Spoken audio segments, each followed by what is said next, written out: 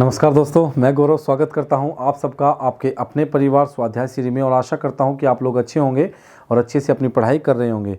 दोस्तों जस्ट अभी एक क्लास ख़त्म की है मैंने, जस्ट अभी जिस क्लास को मैंने पूरा बना लिया था और आपको ये 30 क्वेश्चन मैंने पूरे करा दिए हैं, लेकिन उसमें मैं माइक ऑन करना भूल गया हूँ और मुझे ये पूरी क्लास दोबारा बनानी पड़ रही है। लेकिन मेरा कर्तव्य है कि मुझे करना ही होगा। क्या कर सकता हूँ। मैंने ये क्लास जस्ट अभी ख़त्म की थी, 30 मिनट पूरे कर लिए थे मैंने और अच्छे से मैंने आपको क्वेश्चन करा दिए थे। लेकिन देखिए विडंबना कि मुझे दोबारा कराने पड़ रहे हैं, क्योंकि मेरी गलती है कि कहीं ना कहीं मैं आपको माइक ऑन करना भूल गया। अब मैं वही देख रहा हूँ कि इस बार भी कहीं ऐसा ना हो जाए कि मैं माइक ऑन करना ना भूल जाऊँ। तो चलिए शुरू करते हैं आज की क्वेश्चन। और जैसे कि हमारा टॉपिक आप लोग जानते हैं कि हमारा टॉपिक संधि चला हुआ है। क्या हमारा टॉपिक संधि चला हुआ है और संधि को हम आज के लिए विराम देते हैं, क्योंकि मैंने आपसे वादा किया था कि मैं आपको क्वेश्चन कराऊंगा हर एक चैप्टर के बाद, जो नहीं करा पा रहा था। तो आज से शुरू करते हैं। ये आपका भाषा का विकास है। क्या भाषा का विकास का टॉपिक है, जो उसमें ये आपका पहला क्वेश्चन है भाषा का विकास में। और ये कोई भी क्वेश्चन ऐसा नहीं होगा जो मैं अलग से लेके आया हूँ। पहले क्वेश्चन की अगर मैं बात करता हूँ तो पहला क्वेश्चन आपका आया हुआ है MPSI 2016 में ये क्वेश्चन आया हुआ है। कहाँ पे? MPSI 2016 में 2 बजे सेकंड मीटिंग में आता है। क्या सेकंड मीटिंग में ये क्वेश्चन आया हुआ है। 2 बजे सेकंड मीटिंग थी, ठीक है ना। तो आपको मैंने करेक्ट टाइम भी बता दिया है। MPSI में क्वेश्चन आया हुआ है, 2016 में आया हुआ है। 6 सितंबर 2016 को ये पेपर हुआ था, 6 सितंबर 2016 को। तो कोई भी क्वेश्चन इसमें से ऐसा नहीं है जो कहीं पे भी नहीं आया हुआ है। अगर कोई लिखता है SI लेवल के क्वेश्चन, कहने से नहीं होता। ये क्वेश्चन MPSI 2016 16 सितंबर को ये क्वेश्चन आया हुआ है। अगर बात करता हूं मैं, जो सेकंड क्वेश्चन होगा वो भी UPSI 2017 में आया हुआ क्वेश्चन है। कहां पे? UPSI 15 दिसंबर, ठीक है ना। द्वितीय पाली का क्वेश्चन है UPSI का। कहां का? UPSI का। ये MPSI का क्वेश्चन है। ये कहां का है? MPSI में आया हुआ क्वेश्चन है, ठीक है। तो हम लोग शुरू करते हैं। और मैं किसी को भी कुछ नहीं कहना चाहता, ना मैं किसी के बारे में कुछ कहना चाहता हूँ। मेरा काम है पढ़ाना और आपका काम है पढ़ना। बस पढ़ाई पे ध्यान दीजिए, ये आवश्यक है। एग्जाम सर पे है, आने वाले एग्जाम अच्छे से पढ़ाई करिए। मैं अपना वादा निभा रहा हूँ, आप लोग अपना वादा निभाइए।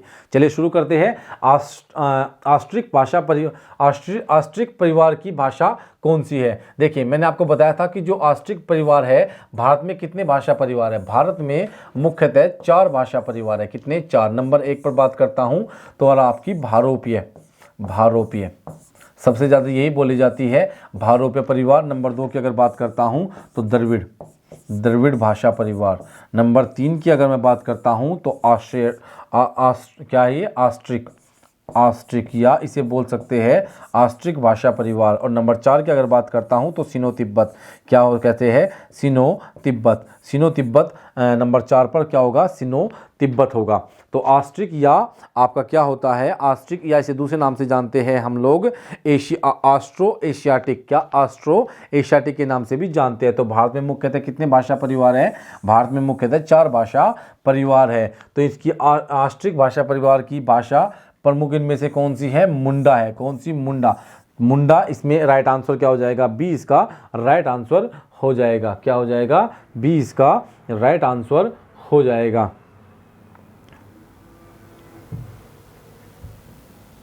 ठीक है। क्या हो जाएगा? बी इसका राइट आंसर हो जाएगा, ठीक है। तो क्वेश्चन नंबर 2 देख लेते हैं अब हम लोग।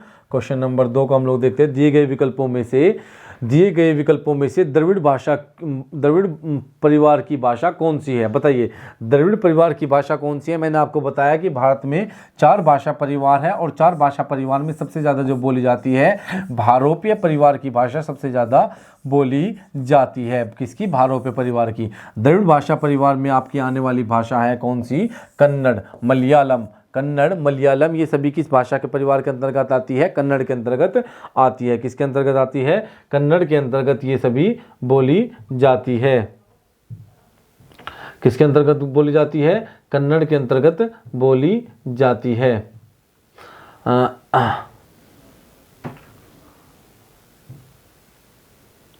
सॉरी, मैं कुछ करके देख रहा था बस, और कुछ नहीं है। मैं सोच रहा था कि बार बार पेन ना चेंज करना पड़े और कुछ नहीं था। नहीं, यही है ना। तो दिक्कत यही है कि मैं चाहता था कि किसी कारण से ऐसा कुछ हो जाए कि मुझे बार बार पेन ना चेंज करना पड़े। कर सकते हैं ऐसा हम लोग, कंप्यूटर के द्वारा हम लोग ऐसा कर सकते हैं, लेकिन वही है कि अभी आप लोगों की थोड़ी सपोर्ट की आवश्यकता है। रोज रोज कहता हूँ तो अच्छा नहीं लगता, आप लोग समझदार है, समझ ही गए होंगे। क्वेश्चन नंबर 2 पर दिए गए विकल्पों में से द्रविड़, ये आपका आंसर हो गया। ये यूपीएसआई का आया हुआ क्वेश्चन है, यूपीएसआई का आया हुआ क्वेश्चन है। क्वेश्चन नंबर 2 कहाँ पे, यूपीएसआई में आया हुआ क्वेश्चन था। ठीक है, अब देखिए एकाक्षी भाषा परिवार के अंतर्गत कौन सी भाषा है, बताइए। एकाक्षी भाषा परिवार से तात्पर्य है, बताइए एकाक्षी भाषा परिवार से तात्पर्य क्या है। ऑप्शन नंबर बी इसका राइट आंसर हो जाएगा, चीनी भाषा परिवार। क्या, चीनी भाषा परिवार, जिसे चीनी या तिब्बत भाषा परिवार के अंतर को अन्य नाम से जानते हैं, एकाक्षी के नाम से भी जाना जाता है। तो क्वेश्चन नंबर 4 की बात करते हैं, कन्नड़ का संबंध किस भाषा परिवार से है, किससे, कन्नड़ का संबंध किस भाषा परिवार से है, कन्नड़ का संबंध किस भाषा परिवार से है, आर्य से, द्रविड़ से, देव भाषा परिवार से या भारोप्य भाषा परिवार से। आप लोग आंसर कीजिए, कमेंट करिए, आंसर बताइए, क्योंकि आप लोगों के पास कमेंट का ऑप्शन है, तो लाइव कमेंट करिए और आंसर बताइए। इसका राइट आंसर क्या हो जाएगा, ए, बी, सी या फिर डी। तो क्या हो जाएगा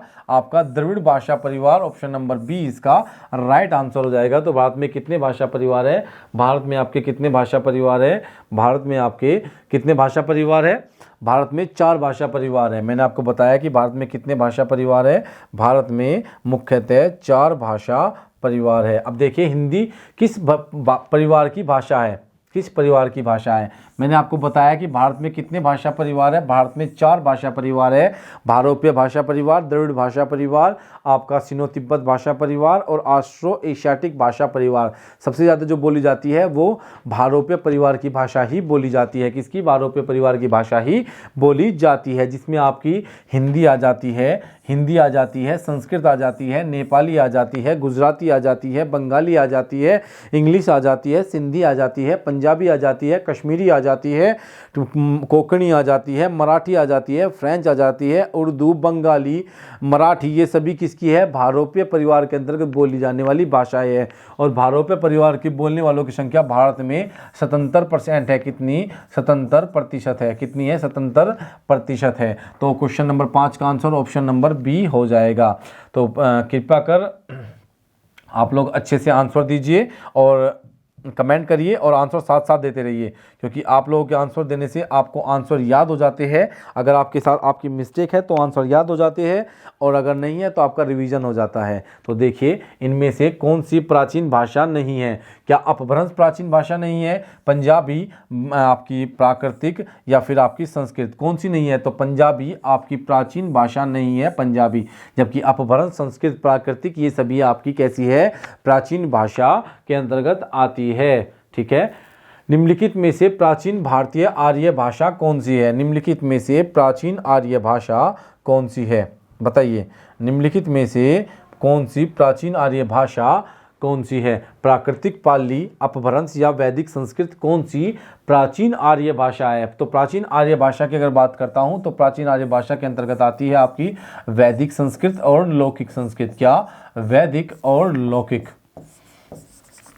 वैदिक संस्कृत और लौकिक संस्कृत आपकी प्राचीन आर्य भाषा के अंतर्गत आती है। तो क्या होगा, वैदिक और लौकिक आपकी प्राचीन। अगर बात करते हैं मध्य, प्राचीन और लौकिक, प्राचीन आर्य भाषा मध्यकालीन आर्य भाषा के अंतर्गत आती है।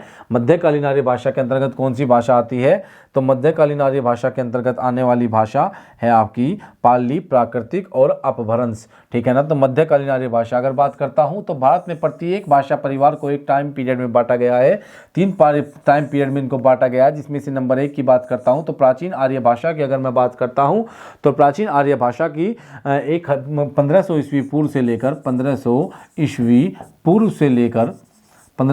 से लेकर आपका 500 ईस्वी पूर्व तक, 500 ईस्वी पूर्व तक अगर बात करता हूं मैं। नंबर 2 पर आपका मध्यकालीन आर्य भाषा है, जो आपकी 500 ईस्वी पूर्व से लेकर 1000 ईस्वी कहाँ तक? 500 ईस्वी पूर्व से लेकर 1000 ईस्वी तक माना जाता है। तीसरे की बात करता हूँ तो आधुनिक आर्य भाषा जो आपकी 1000 से लेकर 1000 ईस्वी से लेकर आपकी अब तक मानी जाती है। कहाँ तक? अब तक मानी जाती है। तो आपसे क्वेश्चन में क्या पूछा गया है? मध्यकालीन आर्य भाषा का टाइम पीरियड। तो 500 ईस्वी पूर्व से लेकर 1000 ईस्वी तक इसका राइट आंसर क्या हो जाएगा? ऑप्शन नंबर बी इसका राइट आंसर हो जाएगा। अगर बात करते हैं क्वेश्चन नंबर 9 की, तो क्वेश्चन नंबर 9 की अगर बात करते हैं तो क्वेश्चन नंबर 9 आपका है, क्वेश्चन नंबर 9 आपका क्या कहता है? क्वेश्चन नंबर 9 कहता है कि आधुनिक भारतीय आर्य भाषाओं के उदय के पूर्व आर्य भाषा का कौन सा रूप विद्यमान था? बताइए, जब आधुनिक भारतीय आर्य भाषाओं का विकास हुआ था तो उससे पहले किस भाषा का चलन था, किस भाषा को बोलचाल में रूप में प्रयोग करते थे? तो मैं बताता हूँ। सबसे पहले आपकी आई थी वैदिक संस्कृत, फिर लौकिक संस्कृत, फिर पाली, फिर प्राकृतिक, फिर अपभ्रंश का विकास हुआ था। उसके बाद आपकी आधुनिक आर्य भाषाओं का विकास हो गया था। तो कौन सी होगी आपकी? अपभ्रंश। ऑप्शन नंबर डी इसका राइट आंसर हो जाएगा, अपभ्रंश। तो ऑप्शन नंबर डी इसका राइट आंसर हो जाएगा। अपभ्रंश का शाब्दिक अर्थ क्या होता है? बिगड़ा हुआ रूप, या फिर हम कह सकते हैं पथ से भटका हुआ, बिगड़ा हुआ रूप या फिर पथ से भटका हुआ। आधुनिक भारतीय भाषाओं का विकास किससे हुआ है? बताइए, आधुनिक भारतीय भाषाओं का विकास किससे हुआ है? जो आधुनिक भारतीय भाषा है इनका विकास किससे हुआ? मैंने आपको बताया है वैदिक संस्कृत, लौकिक संस्कृत, पाली, प्राकृतिक, अपभ्रंश और फिर आधुनिक आर्य भाषाओं का विकास हो गया था। तो ऑप्शन नंबर ए, बी, सी या फिर डी आप लोगों को बताना है इनमें से कौन सा राइट आंसर हो जाएगा। कमेंट करिए और बताइए ए, बी, सी या फिर डी। तो ऑप्शन नंबर ए, अपभ्रंश इसका राइट आंसर हो जाएगा। क्या हो जाएगा? ऑप्शन नंबर ए, अपभ्रंश का राइट आंसर हो जाएगा। ठीक है। अगर हम लोग बात करते हैं क्वेश्चन नंबर 11 की, तो क्वेश्चन नंबर 11 क्या कहता है? क्वेश्चन नंबर 11 कहता है कि आपका हिंदी की मूल उत्पत्ति किससे मानी जाती है? हिंदी की मूल उत्पत्ति किससे मानी जाती है? किससे मानी जाती है? आपकी शोरसेनी अपभ्रंश से मानी जाती है। आप इसको हिंदी की बजाय पश्चिमी हिंदी कर लोगे तो ज़्यादा अच्छा रहेगा। क्या? पश्चिमी हिंदी की उत्पत्ति किससे मानी जाती है? किससे? शोरसेनी से पश्चिमी हिंदी की उत्पत्ति मानी जाती है। किससे? शोरसेनी से पश्चिमी हिंदी की उत्पत्ति मानी जाती है। क्वेश्चन नंबर 12 और कमेंट करिए और बताइए, खड़ी बोली निकली है। बताइए, खड़ी बोली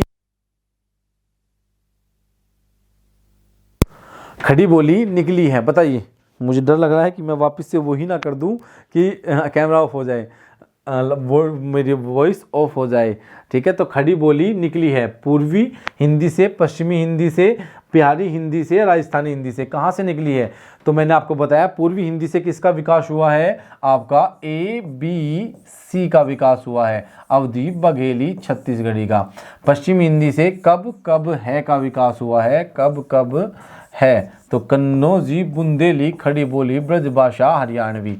बिहारी हिंदी से हुआ है MMB, किसका? MMB, मैथिली, मगही और भोजपुरी। राजस्थानी से हिंदी से हुआ है जय, मार, मेवा, माल, जय, मार, मेवा और माल। तो क्या हुआ? जयपुरी, मारवाड़ी, मेवाती और मालवी। जबकि मैंने आपको बताया कि ऑप्शन नंबर बी इसका राइट आंसर हो जाएगा, खड़ी बोली का विकास पश्चिमी हिंदी से हुआ है। क्वेश्चन नंबर 13 की अगर हम बात करते हैं तो क्वेश्चन नंबर 13, हिंदी की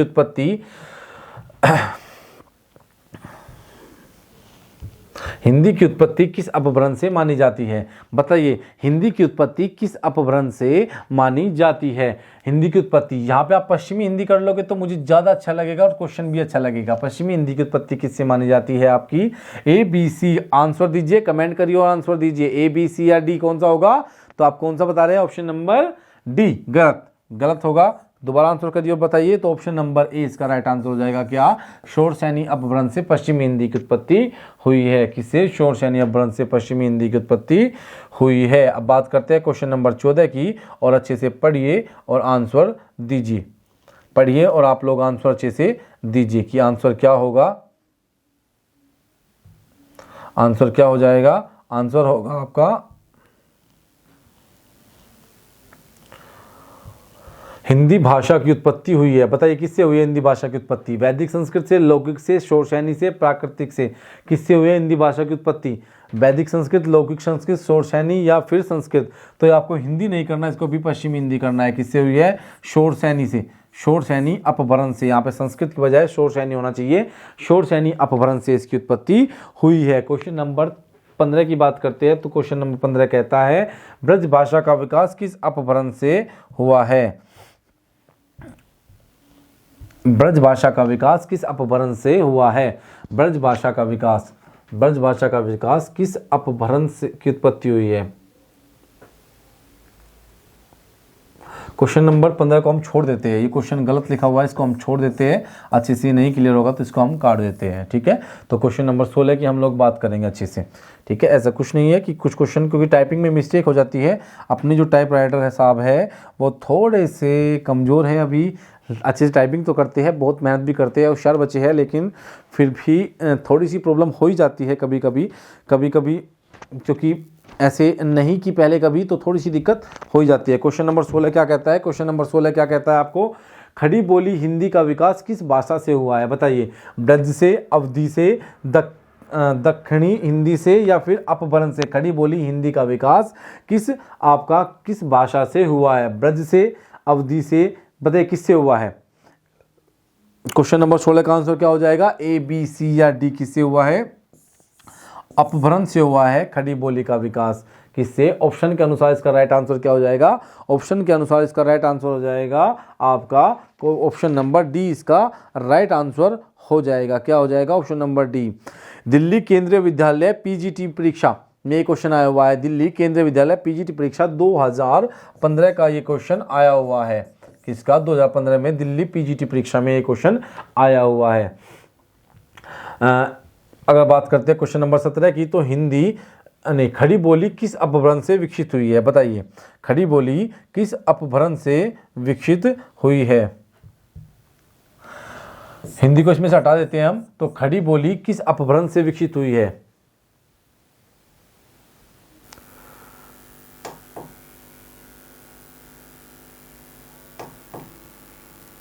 सॉरी दोस्तों, मेरा हाथ लग गया और ये बंद हो गया है।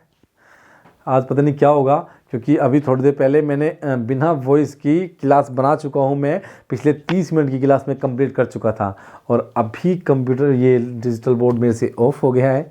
अब मुझे दोबारा ये ऑन करना होगा, तो उसके लिए सॉरी। मुझे डर लग रहा है बार बार कि माइक ऑफ ना हो जाए। अगर आपको कुछ भी दिक्कत है तो आप लोग बताइए मुझे कि सर हमें ये दिक्कत है। अगर आपको कुछ भी किसी भी प्रकार की कोई भी दिक्कत है, क्वेश्चन में आपको कोई भी प्रॉब्लम है, तो आप लोग अच्छे से हमें बता सकते हो।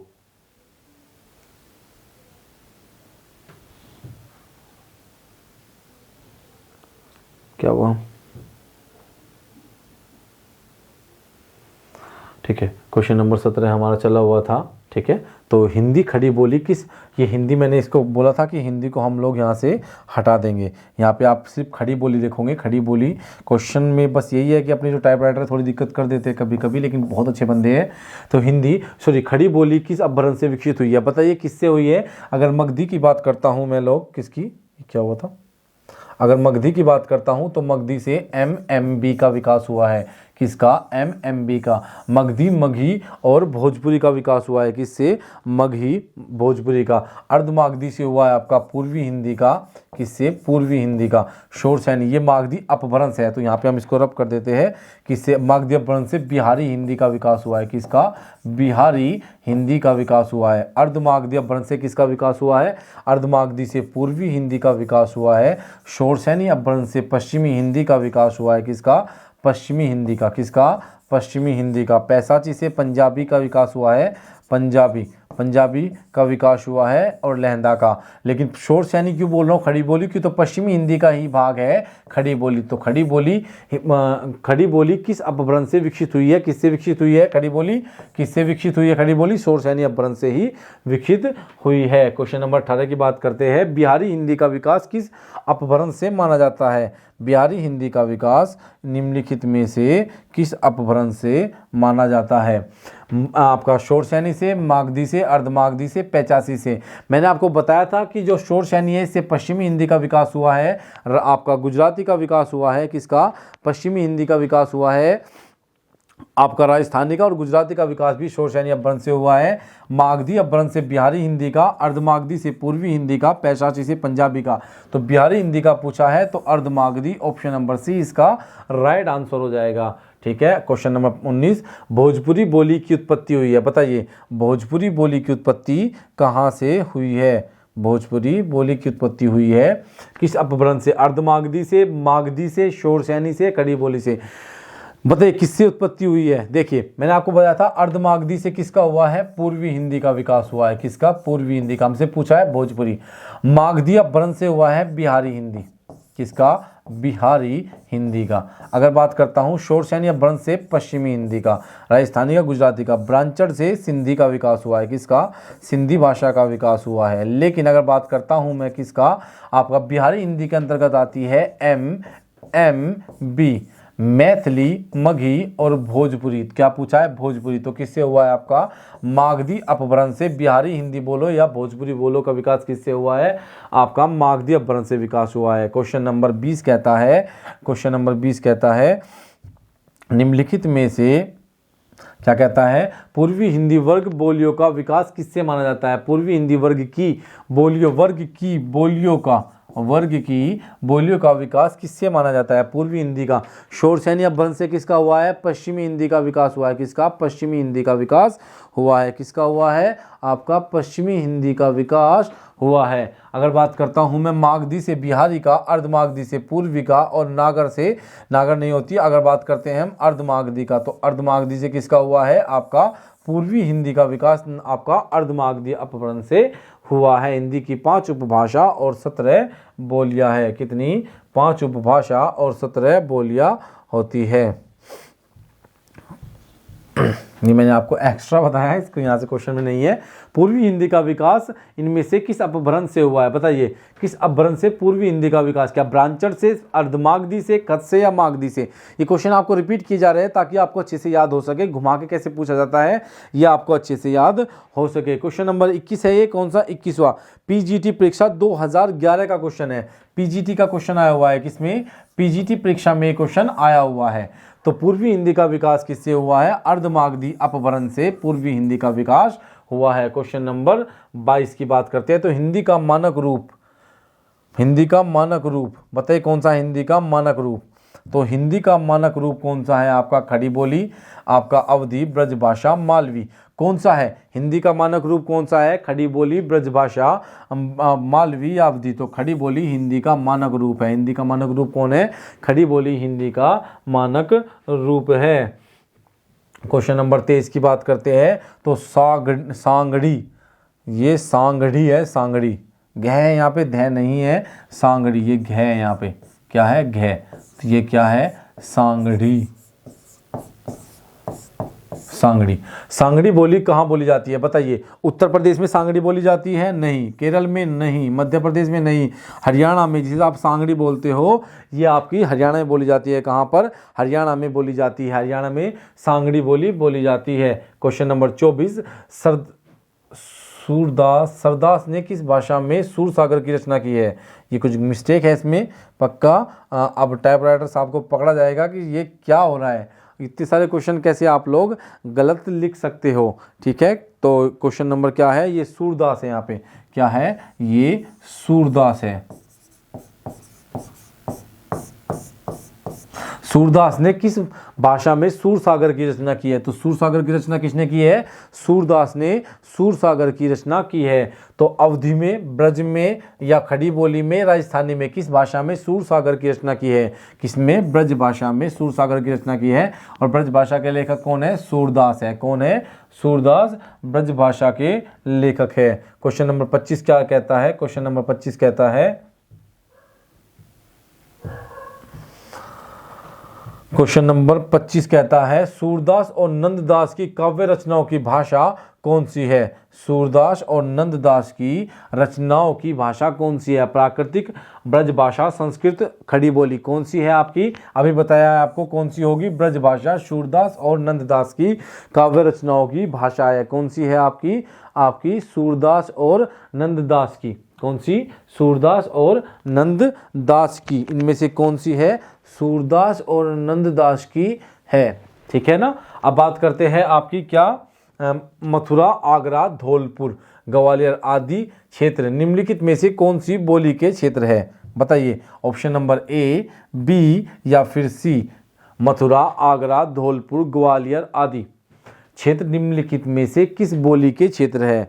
भाई मथुरा, आगरा, धौलपुर, ग्वालियर निम्नलिखित में से किस बोली के क्षेत्र है? किस बोली के क्षेत्र है? कौन सी बोली बोली जाती है? तो ये भी राइट है इसमें, तो कौन सी बोली बोली जाती है? मथुरा, आगरा, धौलपुर, ग्वालियर आदि क्षेत्र निम्नलिखित में कौन सी बोली के क्षेत्र है? बताइए। प्राकृतिक के क्षेत्र है? ये प्राकृतिक नहीं है, आपके ब्रज के क्षेत्र है, अवधि के है, खड़ी बोली के है, बांगर के है। ये तो हरियाणा में बोली जाती है, खड़ी बोली पश्चिमी उत्तर प्रदेश में बोली जाती है, अवधि आपकी अयोध्या की तरफ बोली जाती है। तो क्या बची? मथुरा की तरफ कौन सी ब्रज भाषा बोली जाती है? तो ऑप्शन नंबर ए इसका राइट आंसर हो जाएगा। ब्रज भाषा किसके? ब्रज भाषा के क्षेत्र है। इनमें से कौन सी बोली मध्य प्रदेश की प्रमुख बोलियों में नहीं है? बताइए, मध्य प्रदेश में निम्नलिखित में से कौन सी बोली नहीं बोली जाती? मालवी, निम्बाड़ी, बुंदेली या बांगर? बताइए, मालवी मध्य प्रदेश में बोली जाएगी, निम्बाड़ी मध्य प्रदेश में बोली जाती है, बुंदेलखंड वाले क्षेत्र में जो आपके यूपी से लगा हुआ है, यूपी वाला क्षेत्र भी और एमपी वाला भी, जो एमपी के बिल्कुल उत्तर में है। लेकिन बांगरू या बांगर, मैंने आपको बताया था, बांगरू भाषा या बांगर भाषा आपकी हरियाणा में, कहाँ पे? हरियाणा में बोली जाती है। कहाँ पे बोली जाती है? हरियाणा में बोली जाती है। तो ऑप्शन नंबर डी इसका राइट आंसर हो जाएगा। कमेंट करिए और बताइए कि सूरसागर किस भाषा की रचना है? अभी बताइए, सूरसागर साहित्य लहरी, सूरसागर साहित्य लहरी किसकी रचना है? किसकी? सूरदास की। सूरदास की रचना है ये, सूरदास की रचना है। साहित्य लहरी भी, सूरसागर और साहित्य लहरी, साहित्य लहरी किसकी रचना है? ये सभी रचना सूरसागर, साहित्य लहरी, ये किसकी है? सूरदास की रचना है। किसकी? सूरदास की। तो सूरसागर किस भाषा में लिखी गई है? अवधी में, बुंदेली में, ब्रज भाषा में, छत्तीसगढ़ी में। इन्होंने किस भाषा में सूरसागर का रचना की है? तो ब्रज भाषा में सूरसागर की रचना की है। किसने? आपकी सूरदास ने की है। सूरदास की कौन सी रचना है? सूरसागर और साहित्य लहरी। कौन सी? साहित्य लहरी। 29वां क्वेश्चन की बात करते हैं। ब्रज हिंदी की किस उपभाषा के अंतर्गत आती है? जो ब्रज है, जो ब्रज बोली है, ये किस उपभाषा के अंतर्गत आती है? किस उपभाषा के अंतर्गत आती है? ऑप्शन नंबर ए, बी, सी या फिर ऑप्शन नंबर डी। देखिए, पहाड़ी हिंदी के, पूर्वी हिंदी के, आपका पश्चिमी या राजस्थानी। देखिए, पहाड़ी हिंदी में क्या आएगी आपकी? पहाड़ी हिंदी में आएगी कुमाऊनी और गढ़वाली। क्या? कुमाऊनी और गढ़वाली। पूर्वी हिंदी में ए, बी, सी, अवधी, बघेली, छत्तीसगढ़ी। हमसे पूछा है ब्रज भाषा। पश्चिम हिंदी में कब कब है? कब है? कन्नौजी, बुंदेली, खड़ी बोली, ब्रज भाषा, हरियाणवी। तो आगे ब्रज भाषा। तो ऑप्शन नंबर सी इसका राइट आंसर हो जाएगा। कमेंट करके बताते रहिए, ऑप्शन नंबर सी इसका राइट आंसर हो जाएगा। क्वेश्चन नंबर 30 की बात करते हैं। तो क्वेश्चन नंबर 30 क्या कहता है? देखिए, क्वेश्चन नंबर 30 कहता है, मथुरा, वृंदावन में प्रमुख रूप से कौन सी बोली बोली जाती है? मथुरा, वृंदावन में प्रमुख रूप से कौन सी बोली बोली जाती है? ये क्वेश्चन की अगर मैं बात करता हूं तो UPSSC युवा कल्याण विकास अधिकारी 2018 में आया हुआ क्वेश्चन है। ये क्वेश्चन UPSSC 2018 युवा विकास अधिकारी, जो युवा विकास अधिकारी है उसमें आया हुआ क्वेश्चन है। तो मथुरा, वृंदावन में प्रमुख रूप से कौन सी बोली जाती है? संस्कृत तो नहीं बोली जाती होगी। ब्रज भाषा, मारवाड़ी, मराठी महाराष्ट्र में बोली जाती है, मारवाड़ी आपकी राजस्थान में बोली जाती है। तो ऑप्शन नंबर बी इसका राइट आंसर हो जाएगा। ब्रज भाषा इसका राइट आंसर हो जाएगा। तो आज के लिए हम इतना ही रखेंगे दोस्तों। अगर आपको हमारी मेहनत दिखाई देती है तो लाइक करें, शेयर करें और सब्सक्राइब करें। वैसे भी मैं आधे घंटे क्लास पहले बना चुका हूँ, ये अभी दूसरी क्लास बनाई है क्योंकि उसमें वॉइस नहीं आ रही थी। कहीं इसमें भी ऐसा नहीं है, नहीं इसमें ऐसा नहीं है। तो धन्यवाद दोस्तों, आपने क्लास ली अच्छे से, तो उसके लिए बहुत बहुत धन्यवाद। बस आप लोग लाइक करें, शेयर करें और सब्सक्राइब करें। आपको अच्छी लगती है तो ज़्यादा से ज़्यादा लोगों तक पहुँचाइए ताकि आपका परिवार बड़ा हो सके। और जो हम मेहनत करते हैं, अगर आपको पसंद आती है तो लाइक करें, शेयर करें और सब्सक्राइब करें। क्लास में आती है सबसे पहले सब्सक्राइब कर दीजिए और लाइक तो एकदम से करना है आपको, ठीक है? तो ज़्यादा से ज़्यादा लोगों तक पहुँचाइए। धन्यवाद दोस्तों।